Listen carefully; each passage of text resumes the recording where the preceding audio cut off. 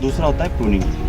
Pruning का मतलब होता है फ्रेमवर्क देना किसी भी प्लांट का, फ्रूट प्लांट जैसे जनरली जो हमारे ट्रेनिंग प्रूनिंग जो रिकमेंडेशन है वो टेम्परेट फ्रूट्स में होती है, जिसमें क्या होता है पत्तियाँ झड़ जाती हैं। ठीक है, ये क्या है डेसिडुअस है, डेसिडुअस इन नेचर। और दूसरा क्या होता है एवरग्रीन। डेसिडुअस में ये टेम्परेट जोन में दिखाता है। अगर ये ट्रेनिंग जो होती है, ट्रेनिंग में हम लोग फ्रेमवर्क देते हैं। ठीक है, फ्रेमवर्क का मतलब होता है कि हम लोग जैसे एक प्लांट है, उस प्लांट का स्ट्रक्चर, स्ट्रॉन्ग स्ट्रक्चर और फ्रेमवर्क कैसा होना चाहिए। एप्पल में क्या है modified centre leader. Modified centre leader में क्या होता है, एक को हम क्या कर देते हैं सेंटर मान दे।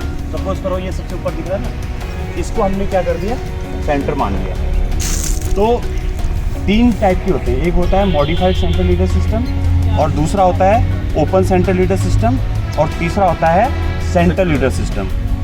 अगर ये पियर होता है, पियर मतलब आसपास में, ठीक है, अगर ये पियर होता है तो इसमें हम सेंटर लीडर लेते हैं। सेंटर लीडर में क्या करते हैं, ऐसा तिकोना शेप बना देते हैं, मतलब सेंटर में कुछ नहीं करते, सेंटर को छोड़ देते हैं, और बाकी को जैसे आपका वो नहीं होता है चीड़ का पेड़ होता है जैसे, ठीक है, इस टाइप का शेप देते हैं, जैसे हम लोग हाँ कोन शेप में, राइट, उस टाइप से हम लोग इसको बना देते हैं, वो सेंटर लीडर होते हैं। दूसरा है modified centre leader. Modified centre leader में क्या करते हैं, अभी हम केवल फ्रेमवर्क की बात कर रहे हैं, प्रूनिंग की बात नहीं कर रहे हैं।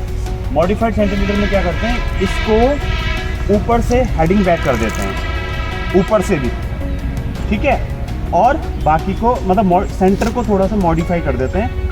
बढ़ने तो देते हैं, सबसे ऊपर इसको रखेंगे, लेकिन ऊपर से भी इसको हेडिंग बैक कर देंगे, ऊपर से भी इसको कट कर देंगे।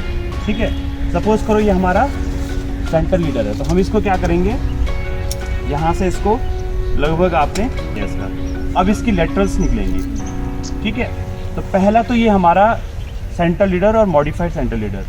तीसरा होता है ओपन सेंटर सिस्टम। मैं इसको आप लोगों को नेक्टिन में करके बताऊंगा, नेक्टिन या पीच में। आड़ू में क्या करते हैं, ओपन सेंटर होता है, उसमें हम सेंटर को नीचे से ही हटा देते हैं। मतलब अगर ये आड़ू का पेड़ होगा या नेक्टिन का होगा तो हम यहाँ से ही काट देंगे उसको, सेंटर होता ही नहीं उसमें। जैसे छतरी नहीं होती है, उल्टी छतरी, छतरी को उल्टा कर दो, छाते को उल्टा कर दो, तो ऐसा शेप होना चाहिए। इसमें सेंटर क्या होगा, रहता ही नहीं है, ओपन सेंटर सिस्टम। ठीक है, इसमें सेंटर होगा ही नहीं, जो हमारा पीच या नेक्टिन होगा। और पियर में क्या होगा, सेंटर लीडर, उसमें हम लोग ट्रायंगल शेप देंगे। और एप्पल में क्या करते हैं, मॉडिफाइड सेंटर लीडर, यानी सेंटर को हम थोड़ा ऊपर से काट देते हैं। ठीक है, ओके। अब दूसरी चीज़ है, अब इसको स्ट्रक्चर्स कैसे देना है। एक तो हमने ये मॉडिफाई कर दिया। अब 2-3 चीज़ें हमेशा ध्यान रखनी पड़ती है। पहली चीज़, कोई भी ब्रांच आपस में क्रॉस ना हो रही हो। ठीक है, कोई भी, जैसे सपोज करो ये ब्रांच है, ये ब्रांच क्या जा रही है, इससे जाके क्रॉस हो रही है, तो हमें इस ब्रांच को क्या करना है, रिमूव कर देना चाहिए। अब हमें क्या करना है ना, कम से कम ब्रांचेज रखेंगे। एक देखो कितना ज़्यादा इसमें लग रहा है ना। अगर इसमें फल लगते हैं सपोज करें यहाँ पे, तो ये इस फल को कलर नहीं मिल पाएगा, बाहर सारे पत्तियाँ हो जाएंगी। तो हम लोगों ने क्या करना है, इसको अब इसकी छटनी शुरू करनी है, प्रूनिंग करनी है। प्रूनिंग में हमें 2-3 चीज़ें ध्यान रखनी है। एक तो नीचे से आपको ज़मीन से लगभग, मान के चलिए अभी जैसे 3rd ईयर का प्लांट है, तो नीचे से आप कम से कम 1 मीटर तक कोई भी ब्रांच मत रखिए आप। ठीक है, जरा वो ले आओ। हाँ, देखिए एक चीज़ हमेशा काटते समय यहाँ तक ना पूरा हटा दो जितनी भी है। एक चीज़ काटते समय ध्यान रखना चाहिए कि इसमें, हाँ जैसे इसको काटो ना, बिल्कुल नज़दीक से काटो, इसमें कोई भी ठूंठ नहीं छूटना चाहिए। ठूंठ का मतलब ये जो पार्ट है, ये ऐसे भी नहीं छोड़ना है, पूरा टाइट मतलब पूरा जो मेन स्टेम है उससे आपका टच होके निकलना चाहिए पूरा। ठीक है, और फिर हम कटे हुए पार्ट में क्या करेंगे, चौबटिया पेस्ट का वो लगा देंगे, घोल लगा देंगे। नहीं, ठीक है, इसको पूरा काटो सारे, एक उधर वाली भी हटा दो, दोनों हटा दो उनको। ब्रांचिंग जो है ना हमारी 3 ब्रांच रहेगी, वो भी हटा दो। तो ये आप देख रहे होंगे लगभग 1 मीटर तक, इसको भी हटाना, इसको भी हटाओ। ये देखो ये अंदर की ओर क्रॉस हो रही है ना, तो जो भी ऐसी ब्रांच होगी या सब जो लेटरल्स होंगे, अगर कोई ऐसे अंदर की ओर जा रही है, कोई भी डायरेक्शन अंदर की ओर नहीं होना चाहिए। हमेशा जो ब्रांच की जो डायरेक्शन है वो बाहर की तरफ होनी चाहिए। ठीक है, इसको भी हटा दो।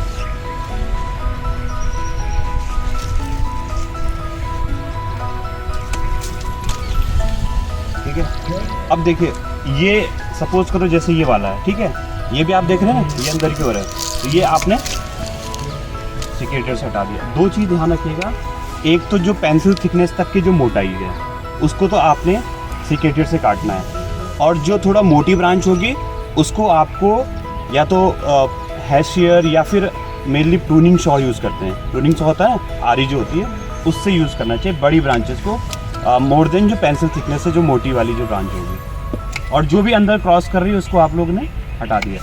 हम लोग जो भी देखेंगे, जैसे ये है, इसमें से भी हमें क्या करना है, इसको हटा देना है, इसको भी इससे काटो। जो बाहर वाली हो, बाहर की डायरेक्शन रहेगा तो वो सेफ रहेगा। अब ये क्या होगा, ये आने वाले टाइम में ये दोनों आपस में क्रॉस हो जाएंगे, इसलिए इसमें से एक को हटाना है। हम इसको ऐसी जगह से हटाएंगे। अब देखिए आप लोग यहाँ पे थोड़ा नज़दीक आइए आप लोग, इसमें आपको बताता हूँ। सपोज करो आपने ये दोनों ब्रांच बाद में एक दूसरे से कनेक्ट हो जाएगी, तो प्रूनिंग के टाइम हमें क्या देखना है, इस बड को देखना है। इस बड का डायरेक्शन जिधर होगा उसके जस्ट ऊपर आप क्या करोगे, यहाँ से इसको कट कर देंगे, ठीक है। तो अब क्या होगा, ये जो ब्रांचिंग होगी नेक्स्ट टाइम वो यहाँ से निकलेगी, ठीक है। बड का डायरेक्शन देखना होता है कि बड कहाँ पर है या इसका जो नोड है वो कहाँ पर है। अब मुझे इसको देखना है, तो ये इस तरफ है, तो हमें यहाँ से क्या करेंगे, इसको काट देंगे, ठीक है। ये हो गया ना। अब ये हमारा मेन हो गया, इसको हमने क्या कर दिया, सेंटर बना दिया, मॉडिफाइड सेंटर हो गया। तो इसको हमने, अब इसमें भी देखिए इसका बाहर का डायरेक्शन क्या है, यहाँ पर है, तो हम इसको क्या करेंगे, यहाँ से कट कर देंगे, ठीक है। अच्छा, अब इसका देखो, इसका आप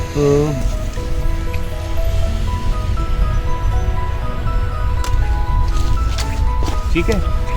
अब और बताओ इसमें, जैसे अब पहले इसको हमेशा डायरेक्शन वो बराबर लेनी है, सेम हाइट पे लेना ना।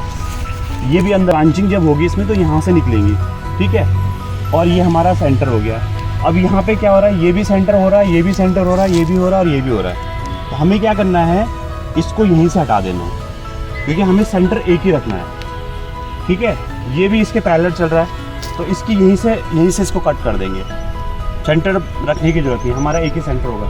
इसको यहाँ से कट कर देंगे तो ऑटोमेटिकली दोनों ब्रांच हट जाएंगे और लेटरल इसके निकलेंगे। और अगर आप चाहते हैं कि ये ज़्यादा मजबूत है, ये रहे, तो फिर आपको इसको हटाना है और इन दोनों में से किसी एक को रखना है। ये आपको डिसाइड करना है कि आपका जो स्ट्रॉन्ग फ्रेमवर्क है वो कैसे होगा। अब मैं ये मान के चलता हूँ कि बहुत ज़्यादा बाहर जा रहा है, क्योंकि मैंने इसको क्या कर रखा है, हाई डेंसिटी पे लगा रखा है प्लांट को, तो मुझे बहुत ज़्यादा फिर बाहर भी नहीं फैलाना है। हाई डेंसिटी में क्या होगा कि आने वाले टाइम में इससे जो ब्रांचिंग होगी, इसकी भी होगी और उसकी भी होगी, तो फिर आपस में क्रॉस हो जाएगा। तो हमें ये भी देखना है कि 1.5 मीटर से ज़्यादा की चौड़ाई, थोड़ा सेंटर को थोड़ा सा और छोटा कर सकते हैं। ये हो गया आपका मॉडिफाइड सेंटर लीडर। इन दोनों में क्रॉस तो नहीं होगा ना, सेंटर लीडर सिस्टम। सब ब्रांचिंग जो ब्रांचिंग होगी, जो लेटरल्स होंगे, आपको नीचे से डिसाइड करना है कि 3 से 4 ब्रांचिंग ही होनी चाहिए। हमेशा बैलेंस फ्रेमवर्क क्या होता है कि एक मेन होता है और उसके सराउंडिंग 3 से 4 लेटरल होने चाहिए, ठीक है। अभी हमारे पास बहुत सारी ब्रांचिंग है, एक ये हो गई, 2 3 4 5 6 हैं। हम बाद में इसको जब नेक्स्ट ईयर हम इसको करेंगे तो हम नेक्स्ट ईयर और कम कर सकते हैं। फिर हम क्या करेंगे, जो लेटरल्स होंगे 4 ही रखेंगे। जैसे नीचे से 3 आ रही है ना, तो इसमें एक और होनी चाहिए थी। वैसे बैलेंस के लिए हमें क्या करना था, वैसे कि आपको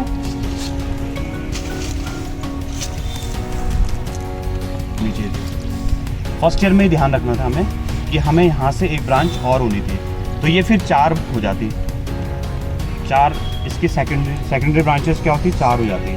फिर आपके टर्सरी कितनी भी हो जाए, ये टर्सरी हो गई, ठीक है। मेन आपका मेन ये हो गया, इस टाइम ट्रंक हो गया। उसके बाद आपकी प्राइमरी हो गई, प्राइमरी के बाद सेकेंडरी हो गई। तो प्राइमरी के में ही आपको 4 होने चाहिए। हम यहाँ पर भी एक नई ब्रांच निकाल सकते हैं बाद में भी, इसकी टेक्निक होती है, उसको कहते हैं निकिंग एंड नॉचिंग, ठीक है। उसको मैं अलग से बताऊंगा। अभी फ़िलहाल आप इतना समझ गए कि कैसे इसकी ट्रेनिंग की जाती है और कैसे प्रूनिंग होती है। अभी हम इसमें और भी कट कर सकते हैं, क्योंकि फ्यूचर में हम इसमें और ब्रांचिंग को और कम करेंगे। जैसे ये दोनों ब्रांच हो सकता है फ्यूचर में फिर क्रॉस नहीं हो जाए। अभी तो फ़िलहाल इसको इस साल तो आपको मिल ही जाएगा, ठीक है। तो ये आपका क्या हो गया, training and pruning of Apple. अब इसमें जो कटे हुए भाग हैं, जहाँ जैसे ये कटे हुए भाग हैं, यहाँ से क्या होगा, 2 चीज़ें हो सकती है। एक तो फंगल इन्फेक्शन हो सकता है, ठीक है, या फिर गमोसिस हो सकता है। गमोसिस पता है ना आप लोगों को, गमोसिस जिसमें रेजिन्स निकलता है कटे हुए भागों से या और जगहों से। रेजिन्स निकलने का दो रीजन।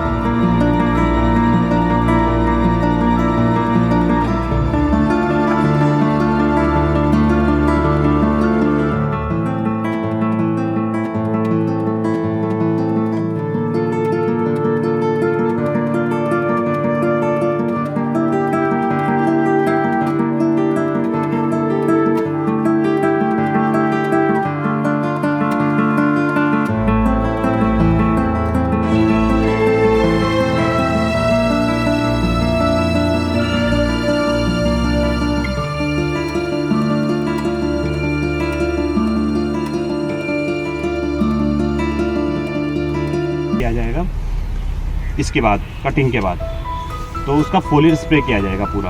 उसमें 1 लीटर में 3 ग्राम पड़ता है। तो अगर हम इस प्लांट के लिए हम लोग क्या करेंगे, लगभग 5 लीटर पानी का घोल बनाएंगे, तो 5 लीटर में 15 ग्राम आपका ये दवा पड़ेगी, कॉपर ऑक्सी क्लोराइड। होता है कि जब हम लोग इसको कटिंग कर लेते हैं तो कटिंग करने के बाद इसमें कटे हुए भाग में हम लोग क्या करते हैं, किस चीज़ का लेप करते हैं, चौबटिया, ठीक है। चौबटिया पेस्ट को कैसे बनाते हैं वो मैंने आपको बता दिया, रेड लेड और कॉपर सल्फेट और लिनसीड ऑयल उसको मिला के। इसके बाद हम इसको बेसिन बनाते हैं और बेसिन में जो भी हमारी RDF है यानी रिकमेंडेड डोज ऑफ फर्टिलाइजर है, जैसे मैंने बताया कि इस पर वेराइटीज़ में 50-50-50 का होता है, ठीक है। तो 50-50-50 का हम इसको कैलकुलेशन कर देंगे DAP MOP और यूरिया के हिसाब से, या फिर हम ऑर्गेनिक फर्टिलाइजर डालते हैं। इसमें 20 kg हम लोग FIM भी मिलाते हैं, फार्म यार्ड मैन्योर, ठीक है। और उसके साथ हम क्या करते हैं, यूरिया DAP MOP को करते हैं। आजकल ऑर्गेनिक में भी आ रहे हैं ऑर्गेनिक में हमारे आजकल लिक्विड फर्टिलाइजर्स आ रहे हैं, जिसको इसको भी बना रहा है और भी कंपनीज बना रही हैं, जो लिक्विड फर्टिलाइजर के रूप में हम इस्तेमाल कर सकते हैं। तो हम कंपोस्ट में पहले ही मिला देंगे, ठीक है। तीसरी चीज़ मैंने आपको बताया कि इसमें हम लोग चूना और कॉपर सल्फेट और पानी का, इन तीनों का लेप हम लोग पेड़ों में लगाते हैं बेसिन बनाने के बाद। ये काम हम लोग करते हैं जनवरी लास्ट या फेब में, ठीक है। ये विंटर के टाइम करते हैं जब डॉर्मेंट सीजन होता है। बेसिन बनाने के बाद जब हम इसका बेसिन बना लेंगे तो हम 10 लीटर वाटर लेंगे, ठीक है। 10 लीटर पानी लिया, 1 किलो लाइम लेते हैं, बुझावा चूना और 1 किलो कॉपर सल्फेट, नीला तोता जिसको बोलते हैं, उसका घोल बनाया और ब्रश से इसको क्या कर दिया, यहाँ तक जहाँ से इसकी सेकेंडरी ब्रांचेस स्टार्ट हो रही है, यहाँ तक इसकी क्या कर देते हैं, पूरी पुताई कर देते हैं, लेप कर देते हैं। क्यों लगाते हैं इसको, कहता है कि एक तो इसमें कैंकर वाली प्रॉब्लम नहीं आएगी, सन स्कॉल्ड नहीं होगा। वैसे आपको इसके लिए क्रीम लगा रहे हो आप, ताकि ये धूप से और ठंड से क्या ना हो, फटे ना, ठीक है।